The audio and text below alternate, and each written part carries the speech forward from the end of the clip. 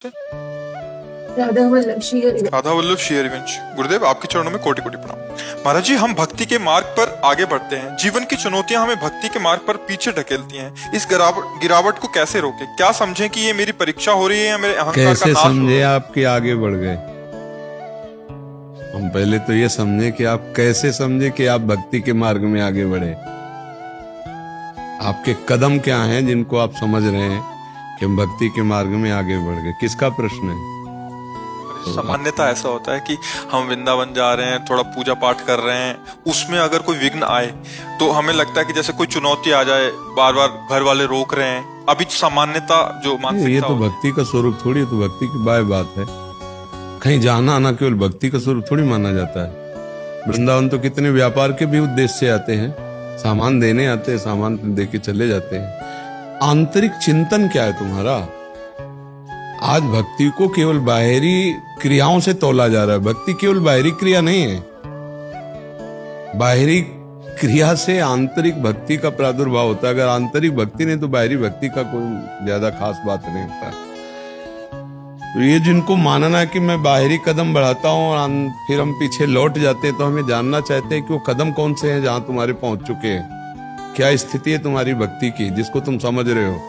केवल वृंदावन आने से रोक दिया जाए, भक्ति खत्म हो जाए या भक्ति पीछे लौट जाए, उसे भक्ति नहीं कहते। भक्ति का मतलब होता है प्रतिपल प्रभु का स्मरण, तदर्पिता अखिलाचारिता, तद स्मरणेन परम व्याकुलतेत। हर आचरण अपने आराध्य देव के लिए हो और हर समय नाम जप चलता रहे। अब इसको कौन पीछे रोक सकता है?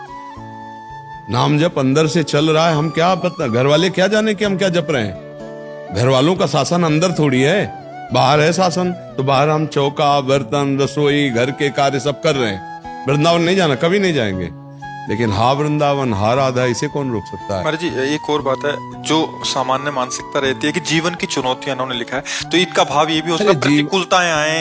ये तो हमारे कर्मों का फल भोगना पड़ेगा। बड़े बड़े सिद्धों को भोगना पड़ा है। आप तो गृहस्थी में हो, बड़े बड़े सिद्ध संतों को नहीं भोगना पड़ा क्या? आप हमें किसी ऐसे महापुरुष का नाम लीजिए जिसको कष्ट ना मिला हो जीवन में। भगवान अवतार लिए तो समस्या से नहीं लड़े क्या? राम जी को 14 वर्ष का वनवास हुआ कि नहीं हुआ? कृष्ण जी को कितने राक्षसों से लड़ना पड़ा? छठवें दिन, छठी के दिन ही पूतना राक्षसी विष लगा के स्तन में मारने जा रही। संघर्ष ही जीवन है और हमारे किए हुए कर्मों का फल, पाप और पुण्य का दुख और सुख आता रहेगा जीवन भर। भक्ति है भगवान की प्राप्ति के लिए, पाप और पुण्य दोनों का विनाश करके भगवत प्राप्ति के लिए। ये सुख दुखमयी भक्ति नहीं होती, ये सुख दुखमयी पाप पुण्य के फल होते हैं।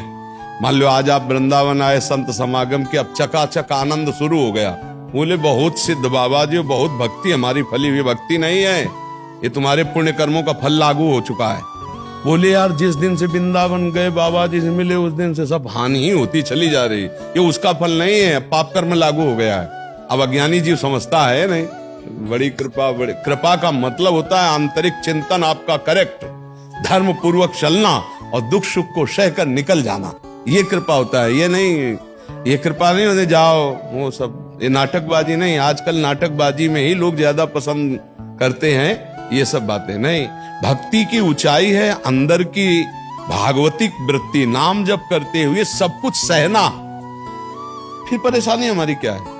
फिर क्या परेशानी है? कोई परेशानी नहीं। और ऐसी चुनौती